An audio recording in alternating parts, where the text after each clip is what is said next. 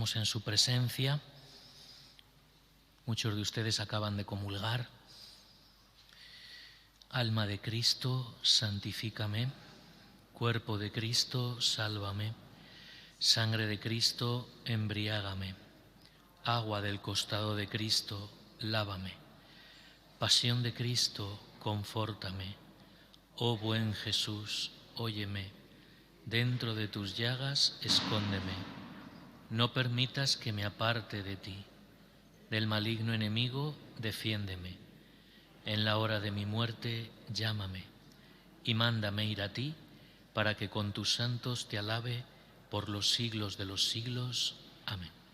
Sagrado Corazón de Jesús, Inmaculado Corazón de María, San José.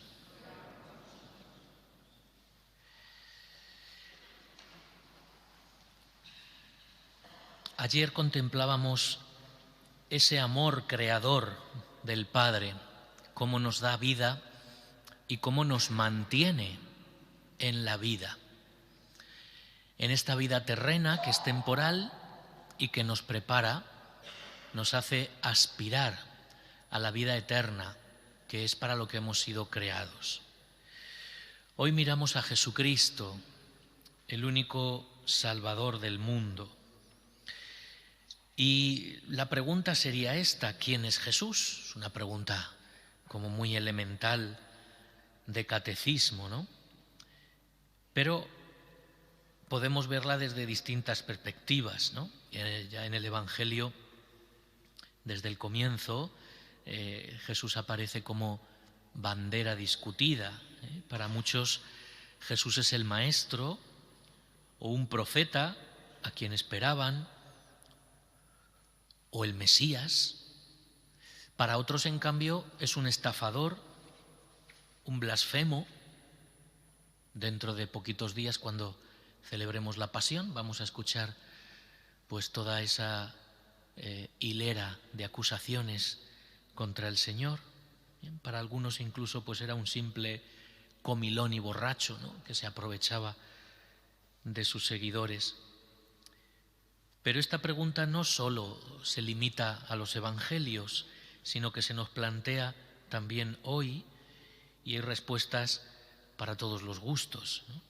Desde los que ingenuamente todavía dicen que Cristo no existió, pasando por los que piensan pues que fue un hombre bueno, con unos ideales importantes, pero que después su mensaje a lo largo de la historia fue manipulado por sus discípulos, por la Iglesia, y que así se ha ido como distorsionando esa imagen de Cristo, ¿no?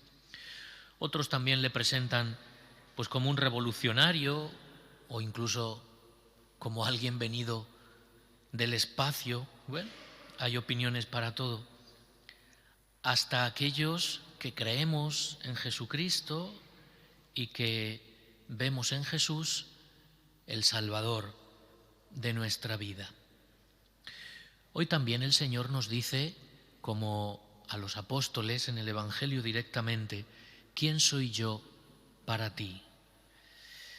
Aquí no podemos responder en teoría, no es una pregunta de manual, sino que es algo existencial, ¿eh? Es una pregunta que va lanzada directamente al corazón. Bien, cuando el ángel Gabriel le anuncia a María que va a ser la madre de Jesús, así se lo dice: le pondrás por nombre Jesús, porque él será el Salvador.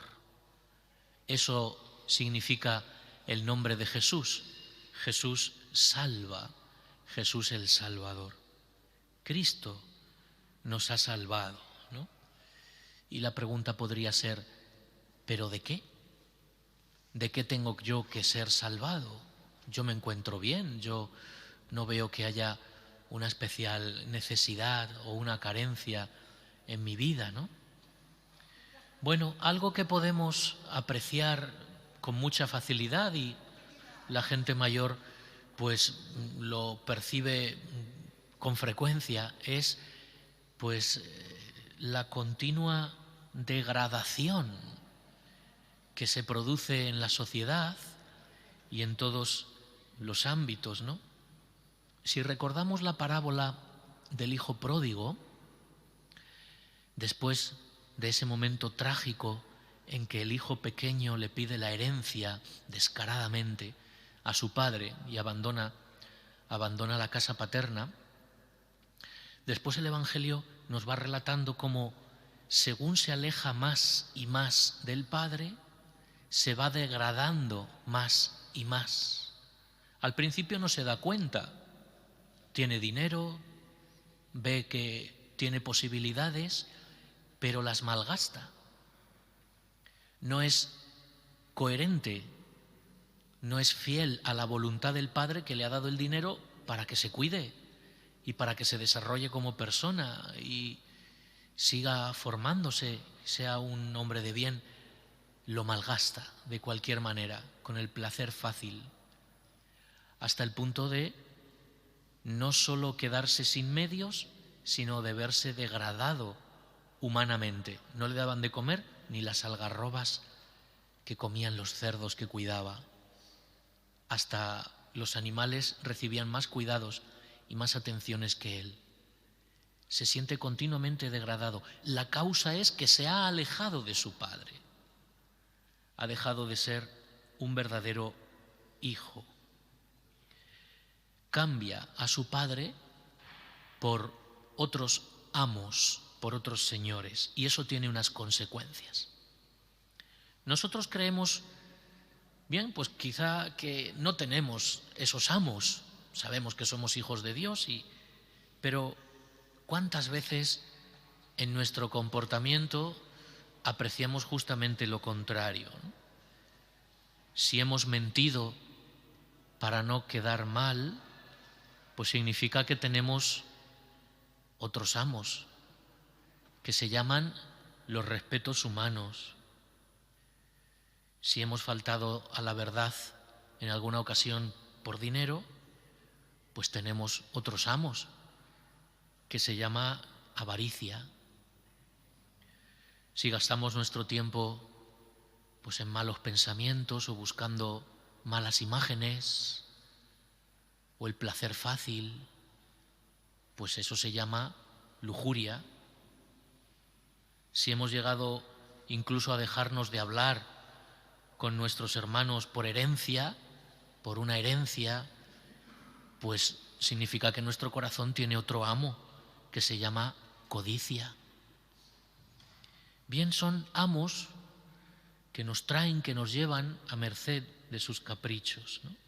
Bien, Jesús viene a salvarnos de todo esto. Jesús viene a pisar la cabeza de todos estos amos que se quieren adueñar de nuestro corazón, pero que no le corresponde porque nosotros pertenecemos a Dios. ¿Cómo realiza Jesús esta salvación? ¿Cómo rescata a sus hijos? Bueno, pues el primer paso que da Jesús es desenmascarar nuestro pecado. Cuando en el Génesis se nos cuenta que la serpiente engañó a Eva, utiliza esa imagen, ¿no?, de la serpiente que es perfecta para mostrarnos cómo actúa Satanás, ¿no? Y Cristo crucificado lo desenmascara, lo obliga a salir. Desenmascarar es como sacar a la luz la serpiente que se ha escondido en una madriguera, porque la serpiente es así, es sibilina, tiende a esconderse, es de los que tiran la piedra y esconden la mano. Jesús desenmascara eso, poniéndonos muchas veces en situaciones límite, situaciones que no podemos controlar a la primera, para que salga de verdad de nosotros lo que somos en realidad, para que quede de manifiesto pues nuestro egoísmo, nuestra soberbia, nuestra avaricia. Es como una prueba del corazón. Si alguno de ustedes ha tenido que someterse a alguna prueba de corazón, pues lo que hacen es una prueba de esfuerzo, porque cuando uno está quietecito, en calma, tranquilidad, el corazón no se ve forzado, le parece que está bien, pero en cuanto hace el mínimo esfuerzo, se ahoga. Bien, en el Evangelio hay un momento, pues hasta incluso gracioso, ¿no?, en el que Jesús pone al límite a los discípulos, y es antes de realizar la multiplicación de los panes y los peces. Jesús les dice a los discípulos ante la multitud: dadles vosotros de comer. Y ellos se ponen nerviosos, ¿no? Les está poniendo al límite. A ver, ¿hasta dónde sois capaces de llegar? A ver cómo os las ingeniáis, ¿no? Bien, esa es la prueba de esfuerzo. Parecemos muy buenas personas hasta que nos ponen en una situación límite, hasta que viene alguien a pedirnos una limosna o nos surge una cuestión que toque nuestra economía, nuestro bolsillo, ¿no? Ya decía don Cleofé, un gran profesor que tuvimos en el seminario: la fe no es verdadera hasta que no llega al bolsillo, porque el bolsillo es algo muy nuestro. Bien, pues a veces el Señor nos pone en esas situaciones. ¿Cómo reaccionamos, no? En las tentaciones, ¿cómo reaccionamos? Ahí en esas pruebas se nota realmente cómo soy. Creíamos que éramos buenos hasta que hemos llegado a una situación que nos ha exigido dar algo de nosotros mismos, y entonces se ha demostrado en realidad lo que somos. Es una realidad a veces desoladora, porque se desvela lo que realmente escondemos en el corazón. Y necesitamos ese entrenamiento. Cristo desenmascara estos egoísmos. Es como la lámpara que nos ilumina. Claro, si yo llevo una mancha en el traje, pero estoy en una habitación a oscuras, no se ve, pero la mancha está. Pero si enciendo la luz, veo rápidamente mi realidad. Cuando nos acercamos a Cristo, que es la luz, resaltan nuestras manchas. ¿Cuántas personas descubren pecados nuevos cuando se acercan a Jesús? Y no es para desanimarnos ni humillarnos, sino para rescatarnos.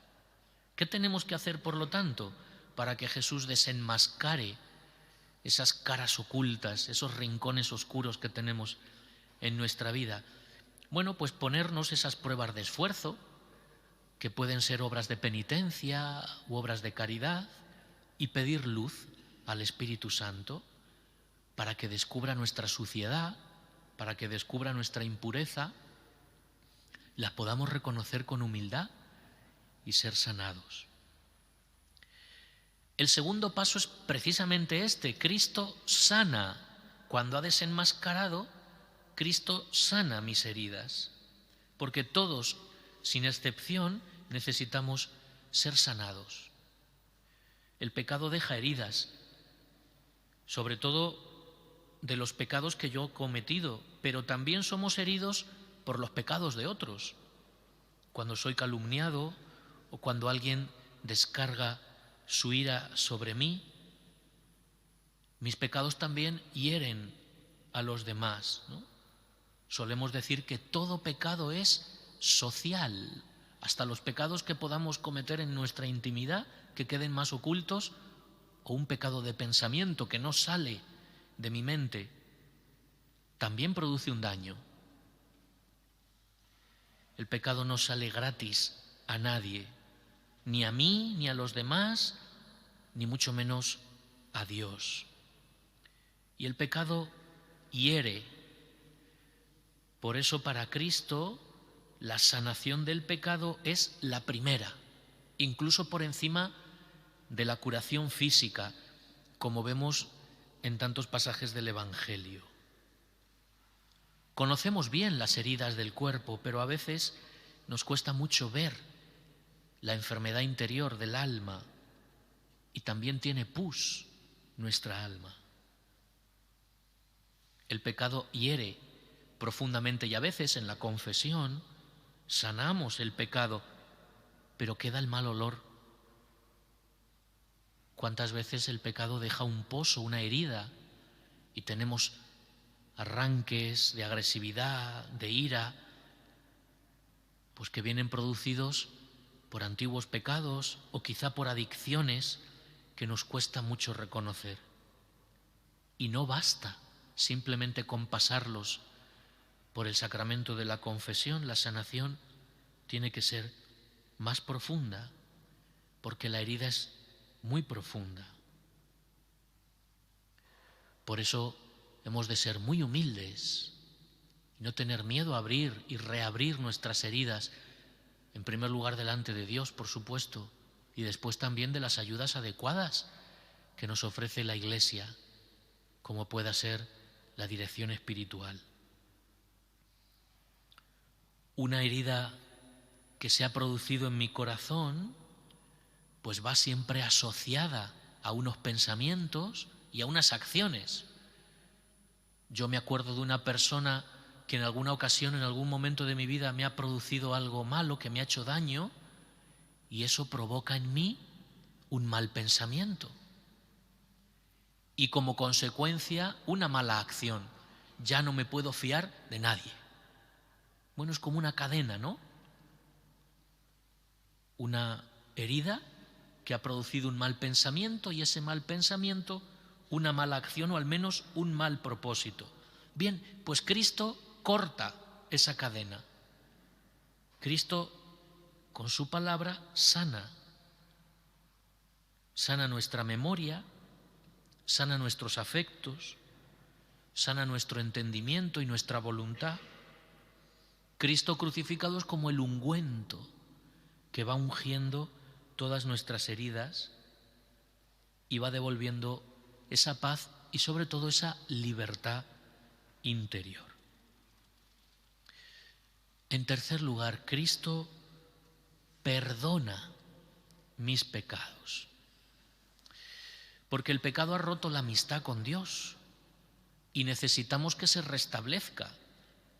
Somos libres para pecar, pero no somos libres para absolvernos. No podemos por nosotros solos restablecer esa amistad. Solo Él puede perdonarme y admitirme de nuevo. Cristo sufre sobre sí mismo ese impacto de mis pecados, de manera que Él sufre lo que yo merecía,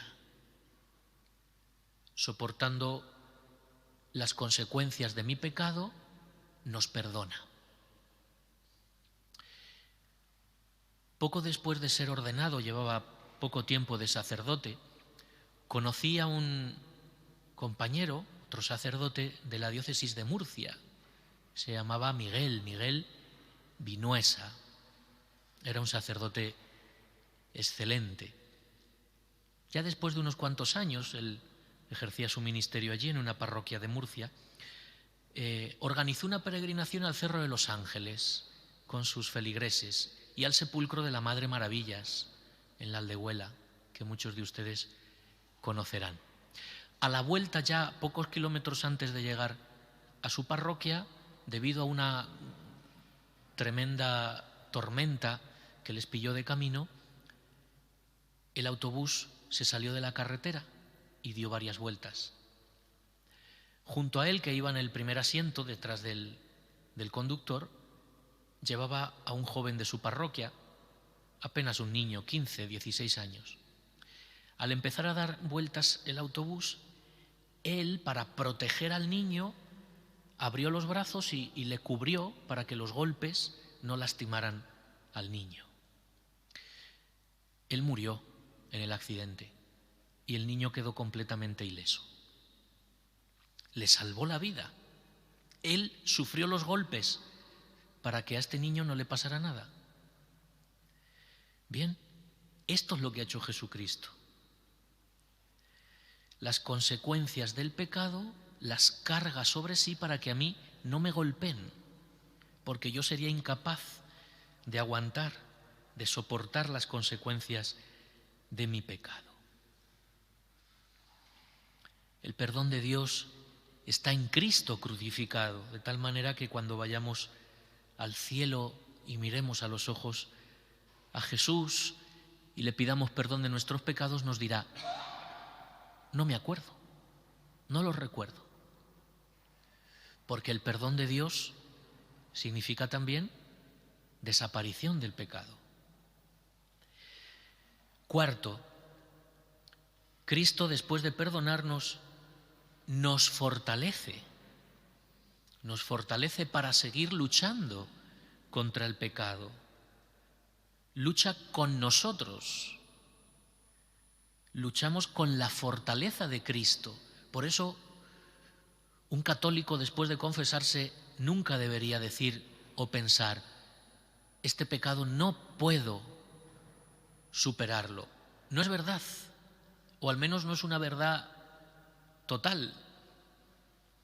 Es verdad que no puedes superarlo con tus fuerzas, pero es que cuando estás en gracia de Dios, el Espíritu Santo está en ti y es Él el que actúa. ¿Cuántas veces hemos dudado de la utilidad de la confesión cuando caemos una y otra vez en los mismos pecados? No podemos decir: ¿para qué me sirve confesar? Es como el que dice que no se quiere asear porque ya se duchó ayer. ¿O para qué voy a comer si después voy a tener hambre otra vez? Claro. En el seminario menor teníamos un sacerdote santo como director espiritual, don Agustín Flores Martín, operario diocesano. Nos contaba muchas veces, sobre todo en estos días de la Cuaresma, una anécdota muy sencilla que a su vez le habían contado a él cuando era seminarista. Nos contaba que un sacerdote, confesando en su parroquia, pues tenía un joven que se confesaba con bastante frecuencia y siempre se acusaba de los mismos pecados.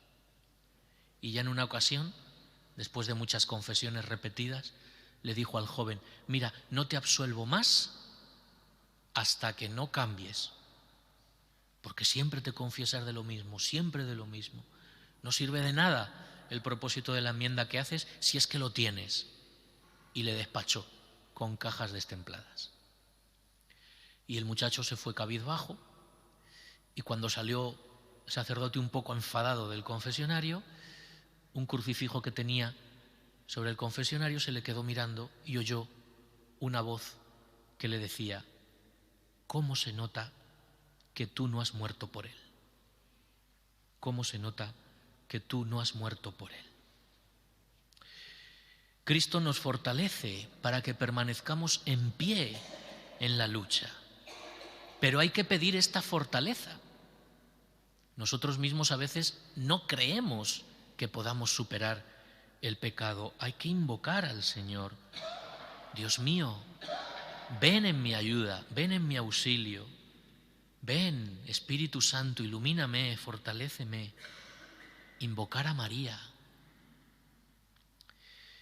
Y por último, Cristo crucificado nos defiende de las insidias del pecado. No solo nos fortalece para que luchemos, sino que Él hace de escudo protector. Es nuestra defensa contra el enemigo. Nos defiende de los recuerdos de los pecados de la vida pasada, nos defiende en las tentaciones, en los ataques del demonio, nos defiende de los enemigos visibles e invisibles. Pidámosle: aparta de mí, Señor, lo que me aparte de ti, y acércame, Señor, lo que me acerque a ti. Y así sucede. Y el Señor, sin que nos demos cuenta, pone en nuestra vida personas, situaciones, circunstancias. Es el Señor el que quiere acercarse. Y esto no lo podemos dudar. Este director espiritual que teníamos, don Agustín, nos contaba también una anécdota muy tierna, que él escuchó a un amigo suyo, que era el protagonista. Dice que cuando este amigo suyo era niño, pues era muy tierno, muy cariñoso con su madre, en su más tierna infancia. Y entonces pues eran continuas las muestras de cariño hacia su madre, besos, abrazos. Y la madre pues estaba feliz, claro.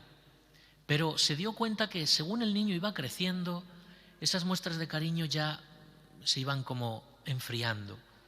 Y el niño llegaba del colegio y no se acercaba a ella, y se iba a clase, a la escuela, y no le daba un beso. Y ya un día la madre se atrevió y le preguntó: oye, hijo, te noto como muy distante conmigo, muy frío, ¿qué pasa? Y el niño agachó la cabeza y le dijo avergonzado: mamá, es que en el cole me dicen que eres fea, que eres fea. Era fea porque tenía la mitad de la cara con una cicatriz de un accidente que había sufrido cuando era joven. Y entonces cogió al niño, le sentó y le dice: mira, te voy a explicar. Cuando tú estabas todavía en mi tripita, te estaba esperando poco antes de nacer, estaba yo preparando algo en la cocina y puse a hervir pues una cacerola con agua. Y al querer cogerla para cambiarla de sitio, cuando el agua ya estaba hirviendo, pues se me resbaló, porque tenía las manos mojadas, se me resbaló. Y para que no cayera sobre mi vientre y te hiciera a ti daño, pues en un movimiento reflejo hice así y eché la cacerola hacia atrás para que no cayera sobre el seno. Y entonces me cayó todo el agua hirviendo en la cara y me la desfiguró. Y esto es lo que ha producido ese accidente. Claro, el niño entendió rápidamente: por salvarme a mí, mi mamá se ha quedado fea. Entendió que su mamá no era tan fea, que esa cicatriz era el efecto del amor. Entonces la abrazó y empezó a besarla. Y bien, esto es lo que hace Jesús: nos defiende, se pone por delante.